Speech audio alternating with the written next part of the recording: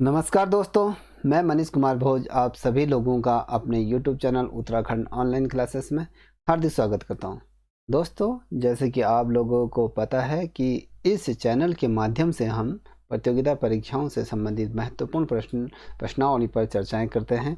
ये जो परीक्षाएं हैं वो उत्तराखंड राज्य और उत्तराखंड राज्य से जितने भी बाहर के छात्र छात्राएँ तैयारी करें उनके लिए बहुत ज़्यादा महत्वपूर्ण है। ख़ास तौर से उन अभ्यर्थियों के लिए जो इस समय का समूह ग और समीक्षा अधिकारी या लेखाकार या व्यक्ति सहायक, ग्राम्य विकास अधिकारी, ग्राम पंचायत विकास अधिकारी और जो अभी विज्ञप्ति प्रकाशित होने वाली है पुलिस बल की, उसके लिए ये बहुत ज़्यादा महत्वपूर्ण प्रश्नावली है। ये प्रश्नावली बहुत छाँट छूट के लाए गए हैं, क्योंकि ये प्रश्नावली जो बनाई गई है, ये श्रृंखला, ये 10 साल के पेपरों के अध्ययन से इस श्रृंखला को बनाया गया है। आइए शुरुआत करते हैं। इससे पूर्व की 3 श्रृंखलाएं हम आपके सम्मुख ला चुके हैं। आज इसकी चौथे क्रम की यह श्रृंखला है। आइए ज़्यादा समय व्यर्थ न करते हुए आज की श्रृंखला प्रारंभ करते हैं। दोस्तों, जो आज की श्रृंखला है उसमें 50 प्रश्न रहेंगे और 50 प्रश्न अगली वीडियो के मध्य में रहेंगे। आइए शुरुआत करते हैं। जो पहला क्वेश्चन है इस श्रृंखला का, ये कह रहा है कि 2011, देखिए सुनिए, 2011 के जनगणना के अनुसार जनसंख्या घनत्व में उत्तराखंड में भारत का स्थान था। जब 2011 की जो जनगणना हुई थी उसमें जनसंख्या घनत्व के मामले में उत्तराखंड का संपूर्ण भारत में कौन सा स्थान था? जो 28 राज्य हैं, 28 राज्यों में से इसका कौन सा स्थान रहा, ये आपको बताना है। इसका जो स्थान रहा, ये 25वें स्थान पर जनसंख्या घनत्व के मामले में उत्तराखंड को 25वां स्थान प्राप्त हुआ। अब अगला क्वेश्चन, लिंगानुपात की दृष्टि से उत्तराखंड भारत में कौन से स्थान पर आता है? अब इस प्रश्न को इस प्रकार से भी पूछा जा सकता है, लिंगानुपात की दृष्टि से भारत में उत्तराखंड का क्या स्थान है? अब जो उत्तराखंड का जो स्थान है, जो सभी राज्यों को यदि देखें, 28 राज्यों को यदि हम देखें, तो उसके मध्य जो उत्तराखंड का स्थान है वो 13वें स्थान पर, लिंगानुपात की दृष्टि से उत्तराखंड 13वें स्थान पर भारत में आता है। ठीक है दोस्तों, यदि आप लोगों को ये चैनल पसंद आ रहा हो तो प्लीज़ इस चैनल को सब्सक्राइब, लाइक, शेयर, कमेंट अवश्य करें और अपने सुझाव कमेंट सेक्शन पर अवश्य दें। अब अगला प्रश्न है, उत्तराखंड की महिला साक्षरता दर क्या है? अब यहाँ पर हम संपूर्ण भारत की नहीं पूछ रहे हैं, अपितु हम सिर्फ राज्य के बारे में बात कर रहे हैं। उत्तराखंड राज्य की महिला साक्षरता दर क्या है? अब यदि हम महिला साक्षरता की दर की बात करें, इसमें 70.70% उत्तराखंड में महिला साक्षरता है। अब साक्षरता क्या है? यहाँ पर महिलाएं 70% महिलाएं यहाँ पर साक्षर हैं, मगर पढ़ी लिखी महिलाएं हैं और राज्यों की अपेक्षा। ठीक है, अब बात करते हैं अगले प्रश्न की तरफ। बैकुंठ चतुर्दशी मेला लगता है उत्तराखंड में किस स्थान पर? बैकुंठी चतुर्दशी मेला लगता है, ये आपके श्रीनगर में ये मेला लगता है। ठीक है, अब अगले प्रश्न की तरफ बढ़ते हैं। गढ़वाल क्षेत्र में थाड़िया नृत्य किया जाता है। अब जो ये नृत्य किस उत्सव पर किया जाता है, क्यों किया जाता है, इस पे हम प्रकाश डालते हैं। जो ये नृत्य किया जाता है दोस्तों, ये महिला के प्रथम बार मायके आने पर ये नृत्य किया जाता है। थाड़िया, ये क्या होता है, जब कोई महिला या किसी लड़की की जब शादी हो जाती है, तो जब ससुराल से वो पहली दफ़े जब मायके आती है, तो मायके आने के उपरांत उसको इस नृत्य को करना होता है। जो महिलाओं के प्रथम बार मायके आने पर ये नृत्य को उनके द्वारा किया जाता है। ठीक है, ये परंपरा उत्तराखंड के गढ़वाल मंडल में व्याप्त है। ठीक है, अब अगले प्रश्न की तरफ बढ़ते हैं। दोस्तों, उत्तराखंड में प्रसिद्ध गौचर मेला का आरंभ कब हुआ? अब हम प्रसिद्ध मेला जो गौचर है उसकी बात कर रहे हैं। अब ये मेला की स्थापना कब हुई थी? इस मेले की जो स्थापना हुई थी 1943 को इस मेले का शुभारंभ किया गया था, जो प्रसिद्ध गौचर मेले की जो बात कर रहे हैं। ठीक है, अब बात करते हैं अगले प्रश्न की तरफ जब बढ़ते हैं दोस्तों। यह है नंदा जात्रा याद तिथि में कासुआ से हेमकुंड की दूरी तय की जाती है। जो उत्तराखंड के अंतर्गत जो 12 वर्ष में एक बार जब नंदा यात्रा जब होती है, उसके अंतर्गत जो तीर्थ यात्रा है, जो ये 12 वर्ष में एक बार आयोजित होती है, इसके अंतर्गत जब नंदा यात्रा का जब प्रारंभ होता है, जो तीर्थ स्थानों से ये होकर गुजरती है, जो सकुआ कासुआ से हेमकुंड, ये कस्बा से हेमकुंड की दूरी के बारे में पूछ रहा है। इसकी दूरी कितनी मापी गई है, कितनी किलोमीटर की दूरी है? ये 280 किलोमीटर की ये दूरी है। ठीक है, यदि हम बात करें जो नंदा यात्रा है, सबसे लंबी यात्राओं में से एक मानी जाती है, जो 12 वर्ष में एक बार आयोजित होती है। अब बात करते हैं अगले प्रश्न की तरफ। मुकुंज गुफा कहाँ स्थित है? मुकुंद गुफा उत्तराखंड में किस स्थान पर स्थित है, ये पूछ रहा है। ये बद्रीनाथ के समीप ये गुफा स्थित है, जो बद्रीनाथ के पश्चिम दिशा की तरफ ये गुफा बद्रीनाथ के समीप स्थित है। ठीक है, अब आते हैं अगले प्रश्न की तरफ। बाराही देवी का मंदिर किस स्थान पर स्थित है, या इसको हम इस प्रकार से भी कह सकते हैं, बारा देवी मंदिर किस जनपद के अंतर्गत स्थित है? अब देखिए, इसमें दो प्रकार के क्वेश्चनों का सामना आप लोगों को करना पड़ सकता है। पहला जो क्वेश्चन है, तो पहला तो है बाराही देवी का मंदिर कहाँ स्थित है? ये देवीधुरा के अंतर्गत ये स्थित है, और ये चंपावत जिले के अंतर्गत ये आता है। ठीक है, यहाँ पर ये पौराणिक मेला है अपने आप में। ये जो बाराही देवी मंदिर का जो मेला है, ये पौराणिक मेला होने के कारण ये विश्व प्रसिद्ध है। साथ ही जब रक्षाबंधन होता है, उसके श्रावण मास के ये दिन ये क्या होता है, इस मेले का शुभारंभ होता है, जहाँ पर लोग क्या होते हैं, एक दूसरे पर पहले पत्थरों से होली खेलते थे। आज की तिथि में यहाँ पर फूलों की और प्लस फल फ्रूटों की यहाँ पर क्या करते हैं, एक दूसरे पर पत्थर फेंक करते हैं। ये जो बाराही देवी का जो मंदिर है, देवीधुरा के अंदर स्थित है। ठीक है, अब बात करते हैं श्री पूर्णागिरि मंदिर किस जिले के अंतर्गत स्थित है? ये चंपावत जिले के अंतर्गत ये पूर्णागिरि मंदिर स्थित है। ठीक है दोस्तों, अब अगले प्रश्न की तरफ बढ़ते हैं। ये है आपका राज्य में भूतपूर्व सैनिक व खिलाड़ियों को आरक्षण दिया गया है। अब आरक्षण की बात कर रहे हैं हम उत्तराखंड राज्य द्वारा। ठीक है, उत्तराखंड राज्य द्वारा जो भूतपूर्व सैनिक होते हैं, जो सेना में अपना कार्य अपना संपूर्ण जीवन का सेना के प्रति समर्पित होते हैं, या हम कहें जो आर्मी या एयरफोर्स या नेवी में अपना जो सेवाएं देते हैं, जब वो सेवानिवृत्त होने के पश्चात उनके लिए सरकारी संस्थानों में जो भर्तियां निकलती हैं, उसमें कुछ परसेंट आरक्षण दिया गया है। ये कितना परसेंट आरक्षण है, हम इसके बारे में चर्चा कर रहे हैं आपसे। ठीक है, अब जो ये आरक्षण दिया गया है, वो 5/4, ये 5/1/4, ये कहने का मतलब है 5% का ये आरक्षण उन्हें दिया गया है। अब आते हैं राज्य में, उत्तराखंड राज्य के अंतर्गत SC ST OBC को आरक्षण कितने प्रतिशत दिया गया है? ठीक है, जो इन के अंतर्गत यदि हम SC की बात करें तो उसको 19% का यहाँ पर आरक्षण, और ST को 4% और OBC को यहाँ पर 14% का आरक्षण मिलता है। ठीक है, सरकारी नौकरियों में। अब हम अगले प्रश्न की तरफ कूच करते हैं। जो अगला प्रश्न है वो है राज्य विधानसभा की पहली उपाध्यक्ष कौन था, या किसको नियुक्त किया गया था? ये विजया वर्थवाल को पहली विधानसभा उपाध्यक्ष के तौर पर नामित किया गया था। ठीक है, अब हम अगले प्रश्न की तरफ बढ़ते हैं। यह है उत्तराखंड में एक ग्राम सभा की स्थापना की जाती है।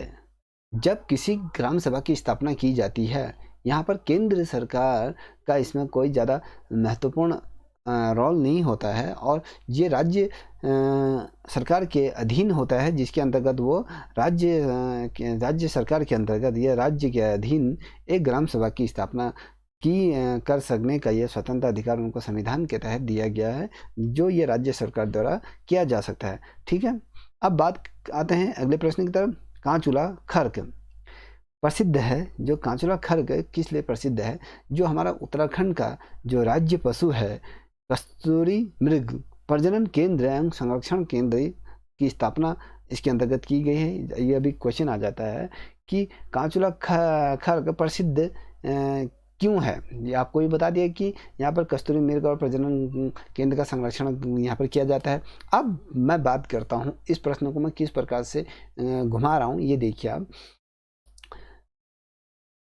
प्रसिद्ध कांचुला खर्क किस जनपद के अंतर्गत स्थित है?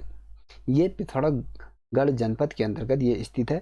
अब बात करते हैं कांचुला खर्क के प्रसिद्ध होने का कारण क्या है, या ये कांचुला खर्क जो स्थापित किया गया है इसका मेन उद्देश्य क्या है। अब जैसे आपको मैं इस बारे में थोड़ा सा जानकारी प्रदान करता हूँ।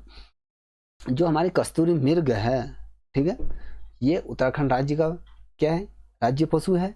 अब जिस प्रकार से ये विलुप्ति की कगार पर पहुंच चुके हैं, या हम कहें इस पशु की ज़्यादा संख्या न होने के कारण इस राज्य सूची के अंतर्गत रखा गया। हम जब किसी देश का प्रतीक चिन्ह या राज्य चिन्ह, या हम कहें जब हम एनिमल की बात करते हैं या बर्ड की बात करते हैं या फ्लावर की बात करते हैं या ट्री की बात करते हैं, इनको क्यों रखा जाता है? ऐसे जानवरों को या ऐसे पशु पक्षियों को ही इस राज्य चिन्ह के अंतर्गत क्यों रखे जाते हैं? इसलिए रखे जाते हैं, ये पृथ्वी पर कुछ ही जनसंख्या इनकी होती है, ये दुर्लभ होते हैं, ये विलुप्ति के कगार की तरफ होते हैं, तो इनको राज्य सूची के या प्रतीकों के चिन्हों के आधार पर रखा जाता है। अब जो ये कांचुला खर्क जो स्थापित किया गया था, जो ये हमारा राज्य पशु है कस्तूरी मृग, इसकी जनसंख्या जो धीरे धीरे कम होती जा रही, इसका अवैध शिकार होने के कारण इस कांचुला खर्क की स्थापना की गई थी, जिसके अंतर्गत इन कस्तूरी मृगों का यहाँ पर क्या करा जाता है, ब्रीड कराई जाती है, प्रजनन कराया जाता है और यहाँ पर इनकी जनसंख्या को बढ़ाया जाता है। इनके जो बच्चे होते हैं उनको पाला पोसा जाता है और फिर उसके बाद इन जंगलों में उनको छोड़ा जाता है। इसलिए ये केंद्र बनाया गया है और यहाँ पर जो दुर्लभ प्रजाति के पशु पक्षी हैं या वृक्ष हैं या औषधि पौधे हैं, उनको भी संरक्षण दिया जाता है। जो वर्ल्ड की जो रेड बुक है, रेड बुक में उन्हीं चीज़ों का नाम अंकित होता है जो विलुप्त हो चुके हैं या विलुप्ति की कगार पे हैं। ठीक है, ये समझ गए होंगे। आइए अगले प्रश्न की तरफ हम बढ़ते हैं। जो अगला प्रश्न है, उत्तराखंड में नगरीय स्वास्थ्य शासन प्रणाली की शुरुआत कब हुई थी? उत्तराखंड राज्य के अंतर्गत ये 1916 से इसका प्रारंभ हो गया था, नगरीय स्वास्थ्य शासन प्रणाली के। ठीक है, जिस समय यहाँ पर ब्रिटिश हुकूमत थी, तो उस समय ये स्वास्थ्य व्यवस्था की यहाँ पर क्या हो गया, शुभारंभ किया गया था। अब बाल गंगा की सहायक नदी कौन है? अब उत्तराखंड के अंतर्गत बाल गंगा की सहायक नदी कौन है? ये बहुत ज़्यादा महत्वपूर्ण प्रश्न है परीक्षा के दृष्टिकोण से भी। ये इसकी जो सहायक नदी है भागीरथी नदी इसकी क्या है, सहायक नदी के तौर पर है। दोस्तों, यदि आप लोगों को ये चैनल में बनाए गए जो उद्देश्य है इस चैनल को, तो यदि आप लोगों को ये वीडियो पसंद आ रही है तो प्लीज़ इसे लाइक शेयर कमेंट अवश्य करें, साथ ही कमेंट सेक्शन में अपना सुझाव अवश्य दें। आइए बढ़ते हैं अगले प्रश्न की तरफ। गढ़ केसरी के नाम से प्रसिद्ध है। अब गढ़ केसरी के नाम से कौन है? अब कभी क्वेश्चन, अब देखिए मैंने एक तरीके से क्वेश्चन को इस प्रकार से रखा है। देखिए, गढ़ केसरी के नाम से कौन प्रसिद्ध है? अब इसको दूसरी तरफ से हम ये देखें, उत्तराखंड के अंतर्गत गढ़ केसरी नाम से कौन सा व्यक्ति प्रसिद्ध है? ठीक है, एक क्वेश्चन को दो तरीके से हमने आपके सम्मुख से रखा है। ये है अनुसुईया प्रसाद बहुगुणा जी को गढ़ केसरी के नाम से संबोधित किया जाता है, या इनके नाम से इन्हें जाना जाता है। अब तीसरे तौर से इस प्रश्न को किस प्रकार से पुटअप किया जा सकता है परीक्षाओं में, तो देखते हैं। अब इसको इस प्रकार से पूछा जा सकता है, अनुसुईया प्रसाद बहुगुणा जी को अन्य किस नाम से जाना जाता है? तो ये गढ़ केसरी के नाम से ये प्रसिद्ध है, इनको गढ़ केसरी के नाम से भी जाना जाता है। अब अगला प्रश्न, टिहरी राज्य का भारतीय संघ में विलय हुआ। अब टिहरी राज्य का जो भारतीय संघ में विलय होने की बात यदि मैं बात करूं, जो ये हुआ था 1949 को, ये भारत में, संघीय भारत में इसका विलय हो गया। अब क्या था, जिस समय भारत स्वतंत्र नहीं हुआ था, इससे पूर्व यहाँ पर क्या थी, यहाँ पर इस प्रकार की राज्य व्यवस्थाएं थी, या हम कहें महाजनपद जो थे, यहाँ पर जो राजा शासन करते थे। यदि हम बात करें उत्तराखंड के अंतर्गत या जोधपुर के अंतर्गत या अलग अलग राज्य, जो 16 महाजनपद थे, उनके अंतर्गत क्या थे, राजाएं अपने अपनी हुकूमत करते थे। अब ये क्या थे, ये अंग्रेजों और प्लस ये खुद दोनों मिलकर हुकूमत को किया करते थे। जब एक तरफ अंग्रेज हुकूमत थी, दूसरी तरफ इन जो राज्य संघ में जो विलय होने वाले जो जनपद थे, जो रियासतें थी, वो ये रियासतें क्या थी, ये स्वतंत्र भारत का हिस्सा नहीं थी। तो भारत सरकार के अंतर्गत जब ये संविधान का जब निर्माण किया गया था, उसके अंतर्गत ये थी कि ये बड़ी समस्याएं थी कि हमारा देश, हम बात करें संघ की, एक स्वतंत्र राष्ट्र की यदि हम बात करें, स्वतंत्र राष्ट्र की बात तब होगी जब संपूर्ण भारत का प्रत्येक भूभाग संविधान की धाराओं के अंतर्गत सुशोभित हो। अब यदि मैं बात करूं, इसके अंतर्गत जो राज्य थे, राज्यों का भी जो विभाजन था, राज्य के अंतर्गत फिर जो ये रियासतें थी, ये कहीं ना कहीं इसमें रोड़ा बन रही थी। तो इनको भारत सरकार द्वारा अपने अंतर्गत विलय करने के लिए इन पे क्या बनाया गया था, दबाव बनाया गया था। साथ ही अब उत्तराखंड की यदि हम बात करें, तो टिहरी राज्य रियासतें जो थी, जो उसमें जो भारतीय संघ में जो विलय हुआ इसका, तो 1949 को इसका भारतीय संघ में विलय हो गया। अब आते हैं, कसार देवी का प्रसिद्ध मंदिर स्थित है, कहाँ स्थित है? प्रश्न को किस प्रकार से देखिए घुमाया जाता है, या इसी प्रश्न से आप देख लीजिए कि इसको हमने किस प्रकार से आपके सम्मुख से रखा है। देखिए, कसार देवी का मंदिर स्थित है, हमने कहा स्थित है, स्थित, या हमने कोई पहाड़ी बोली, या कोई जनपद बोला, या स्थान बोला, इसमें तो विरोधाभास है ना। तो आप विरोधाभास के अंतर्गत यदि आप इसको इस प्रकार से भी, यदि वन लाइनर क्वेश्चन आते हैं, मान लीजिए 4 ऑप्शन नहीं आते हैं, तो अगर क्वेश्चन ऐसा आ जाता है, वन लाइनर क्वेश्चन, कसार देवी का मंदिर स्थित है, आप लिख सकते हो कसार देवी के अंतर्गत स्थित है, अल्मोड़ा जनपद में स्थित है। ठीक है, अब देखिए ये प्रश्न कैसे बनना था, मैंने आपको कंफ्यूज करने के लिए प्रश्न को इस प्रकार से रखा। उत्तराखंड के अंतर्गत कसार देवी मंदिर किस जनपद के अंतर्गत स्थित है? ठीक है, ये जो जनपद है, ये अल्मोड़ा जनपद। अब प्रश्न को हम दूसरी तरीके से आपके सम्मुख पुटअप करते हैं। उत्तराखंड में कसार देवी मंदिर किस स्थान पर स्थित है? ये कसार देवी मंदिर कसार दीना पानी के अंतर्गत कसार देवी में स्थित है, कसार देवी के अंतर्गत ये स्थित है। अब कसार देवी मंदिर के नाम से ये क्षेत्र जाना जाता है, यह हम बात करें, ये अल्मोड़ा जनपद के स्थित है। अब इसमें प्रश्न कैसे पूछा गया है, कसार देवी का मंदिर किस पहाड़ी पर स्थित है? अगर ये पूछा जाता, ये कश्यप पहाड़ी पर की जो चोटी है, उस चोटी पर ये देवी का मंदिर शक्तिपीठ के तौर पर ये मंदिर स्थित है। ठीक है, ये माता का मंदिर है, और ये जो स्थित जो चोटी है, जो पहाड़ी है, वो कश्यप पहाड़ी पर ये मंदिर स्थित है। आइए अगले प्रश्न की तरफ बढ़ते हैं। अब अमोदभूति शासक था, ये कौन था? ये कुलिंद वंश का ये शासक था। उत्तराखंड के अंतर्गत अमोद भूति शासक था, ये कौन था? कुलिंद वंश का ये शासक था। ये गढ़वाल मंडल का है या कुमाऊं मंडल का, ये आप मुझे कमेंट सेक्शन में अवश्य बताएं। अब अगले क्वेश्चन की तरफ बढ़ते हैं। सौभाग्य योजना उत्तराखंड में शुभारंभ हुआ। जो सौभाग्य योजना का शुभारंभ किस तिथि को हुआ? ठीक है, ये जो तिथि थी, ये 9 मार्च 2018 को सौभाग्य योजना का क्या हुआ, उत्तराखंड में इसका प्रारंभ हुआ। इस योजना को उस दिन लॉन्च किया गया था। अब ये योजना किसके द्वारा लॉन्च की थी? उस समय जो मुख्यमंत्री रहे त्रिवेंद्र सिंह रावत द्वारा सौभाग्य योजना को उत्तराखंड में क्या गया था, लॉन्च किया गया था। अब अगले क्वेश्चन की तरफ बढ़ते हैं। अगला क्वेश्चन है आपके सम्मुख से, कीर्ति ग्लेशियर स्थित है। अब कीर्ति ग्लेशियर किस जनपद के अंतर्गत स्थित है, कहाँ स्थित है? देखिए, कीर्ति ग्लेशियर उत्तराखंड के उत्तरकाशी जनपद के अंतर्गत ये स्थित है। ठीक है।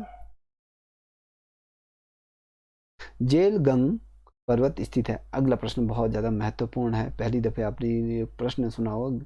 जेलगंग पर्वत स्थित है, ये भी उत्तरकाशी के अंतर्गत है। अब कीर्ति पर्वत भी, कीर्ति ग्लेशियर, ठीक है, कीर्ति ग्लेशियर भी उत्तरकाशी के अंतर्गत है और जेलगंग पर्वत भी उत्तरकाशी जनपद के अंतर्गत ही ये स्थित है। अब अगले प्रश्न की तरफ हम बढ़ते हैं। ये जो अगला प्रश्न है ये है 1857 की क्रांति के समय उत्तराखंड या के कमिश्नर कौन थे, या गढ़वाल के कमिश्नर कौन थे, या कुमाऊं के कमिश्नर कौन थे? ठीक है, ये इस प्रकार से क्वेश्चन पूछा जाता है। अब इसके अंतर्गत जो 1857 की जो क्रांति की बात कर रहे हैं, उस समय कुमाऊं के कमिश्नर के तौर पर रैमजे को ये नियुक्त किया गया था और सर्वाधिक समय तक 28 वर्षों तक कमिश्नर रहने का भी इनको ही ये रिकॉर्ड प्राप्त है। सर्वाधिक समय तक जो कमिश्नर के तौर पर रहे हैं, ये ही रैमजे जी ही यहाँ पर कमिश्नर के तौर पर रहे हैं। ठीक है। अब अगले प्रश्न की तरफ बढ़ते हैं दोस्तों। जो अगला प्रश्न है, हिमसांग द्वारा अपनी यात्रा पथ में वर्णित गोविशाण का वर्तमान नाम क्या है? गोविशाण का जो वर्तमान नाम है ये है आपका काशीपुर। अब क्वेश्चन कभी इस प्रकार से आप लोगों के सम्मुख से रखा जा सकता है कि काशीपुर का प्राचीन नाम क्या है? काशीपुर का प्राचीन नाम क्या है? ये गोविशाण है इसका प्राचीन नाम। अब हिमसांग द्वारा, अब देखिए क्वेश्चन कैसे कैसे आपके सम्मुख से इसको प्रस्तुत किया जा सकता है। हिमसांग द्वारा अपनी जो यात्रा पथ में वर्णित है, एक शब्द था गोविशाण का वर्तमान नाम काशीपुर है। अब हिमसांग द्वारा जो अपनी यात्रा में किस नाम का वर्णन किया गया था, वो गोविशाण का नाम से उसका वर्णन किया गया था, जो आज के वर्तमान में काशीपुर के नाम से जाना जाता है। दोस्तों अगला प्रश्न है, वैदिक काल या वैदिक कालीन उत्तराखंड में किन जन का शासन था?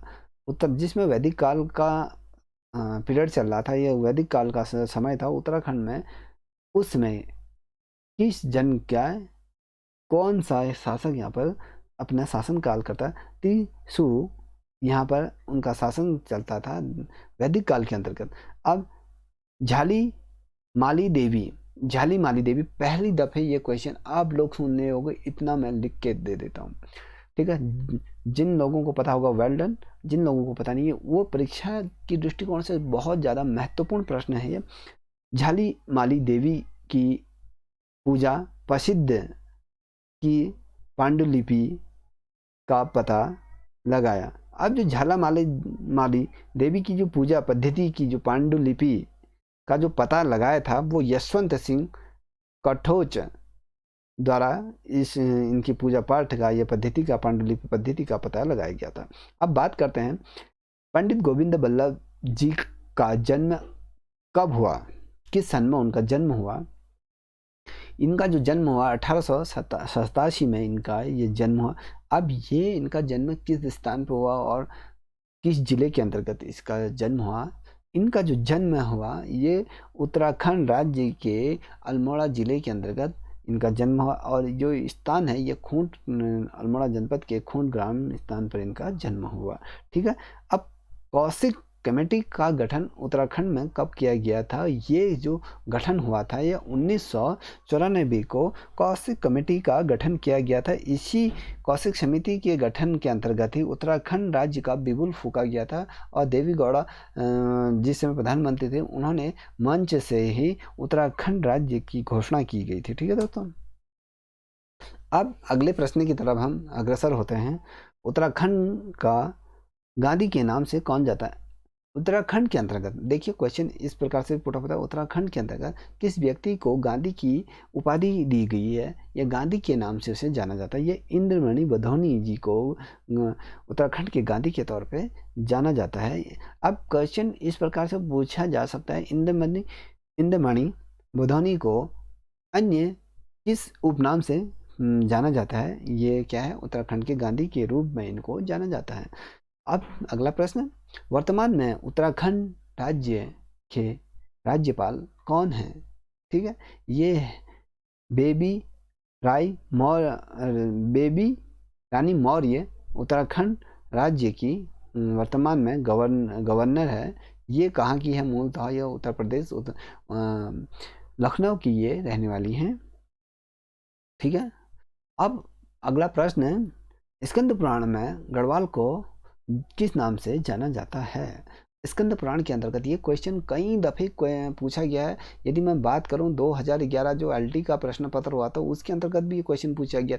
ग्रुप सी, ग्रुप डी, अन्य परीक्षाओं में यदि हम कहें ग्राम्य विकास समीक्षा अधिकारी या जितने भी कॉम्पिटिटिव एग्जाम होते हैं उत्तराखंड के अंतर्गत कहीं ना कहीं ये प्रश्न कोई ना कोई परीक्षाओं में पूछा जाता है अवश्य।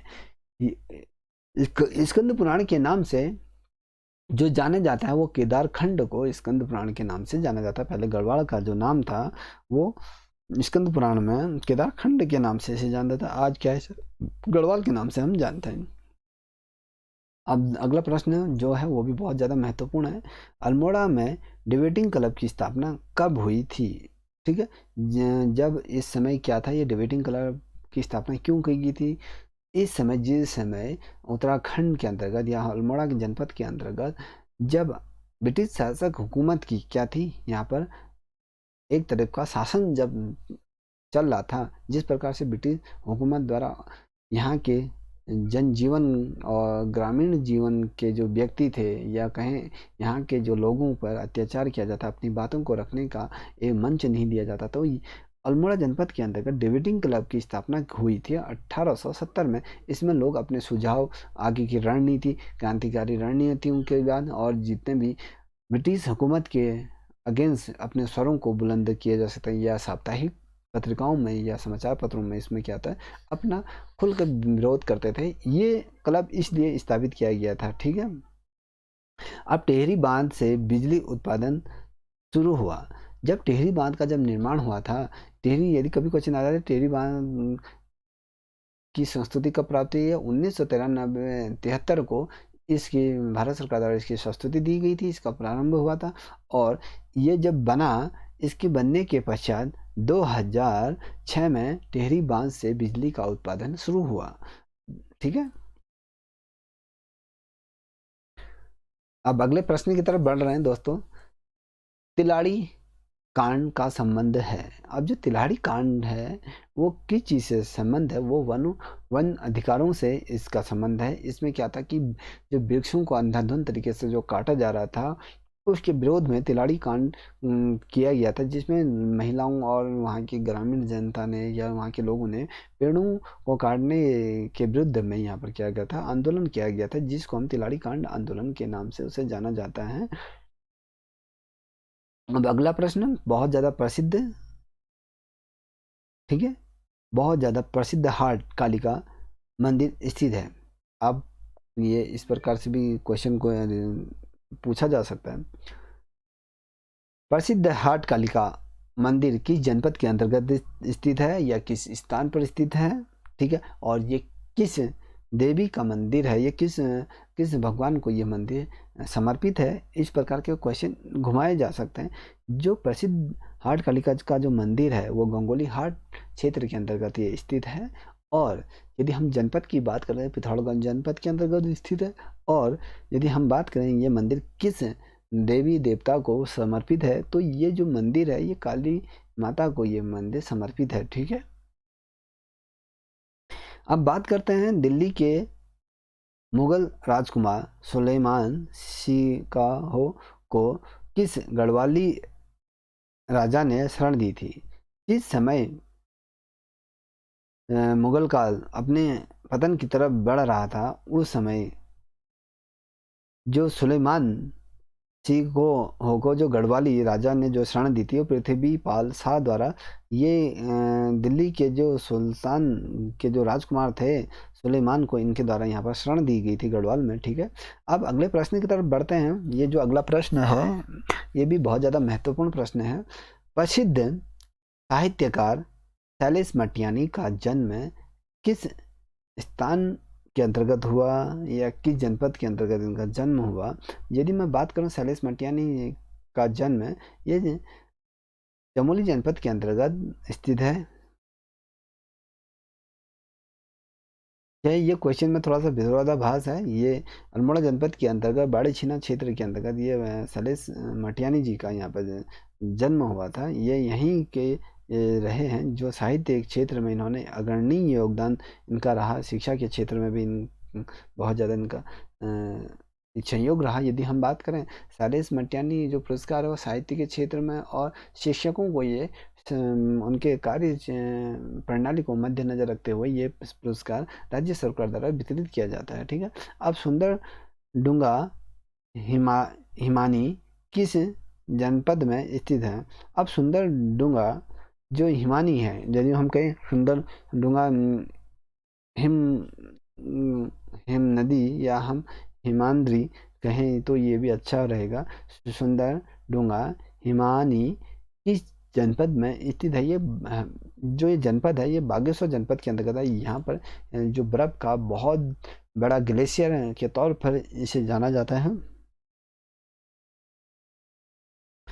अब अगला प्रश्न, इस प्रश्नावली में मैं आपके सम्मुख से 205 नंबर तक का मैं क्वेश्चन आपको कवर करूंगा, जिसके अंदर 55 क्वेश्चन आपके सम्मुख मैं उपस्थित कर रहा हूं। मैंने आपसे 50 क्वेश्चनों की बात की थी, मैं 5 क्वेश्चन आपके सम्मुख से एक्स्ट्रा रख रहा हूं। ठीक है दोस्तों, यदि आप लोगों को ये चैनल पसंद आ रहा हो, यह चैनल से आपको लगता है कि आपको शिक्षा का उदय हो रहा है, तो इस चैनल को please subscribe, like, share, comment अवश्य करें। जो तालेश्वर ताम्र पात्र किससे संबंधित है? यह पौर्ण वंश से इसका ताल्लुकात है। चंद राजाओं का जो चिन्ह था वो आप सभी को पता होगा, एक गाय का ये चिन्ह अपने झंडे पे फहराते थे। और फतेह प्रकाश रचना है, ये किसके द्वारा ये रचना की गई थी? रतन कवि द्वारा इसको रचा गया था। और खूब बड़ा युद्ध के बारे में जो जानकारी मिली वो किसके द्वारा मिली थी? ये वैली ऑफ दून के माध्यम से इस खुरबड़ा युद्ध के बारे में जानकारी प्राप्त हुई। अब बात करते हैं पाली गांव का युद्ध कब प्रारंभ हुआ और ये किसके द्वारा हुआ था? ये 1786 में पाली गांव का ये युद्ध हुआ था, जिसमें देव जोशी या मोहन जोशी इत्यादि ने क्या किया था, इसमें प्रतिभाग किया था। ठीक है दोस्तों, आज के लिए यहीं तक ये वीडियो को समाप्त करते हैं। जय हिंद, जय भारत।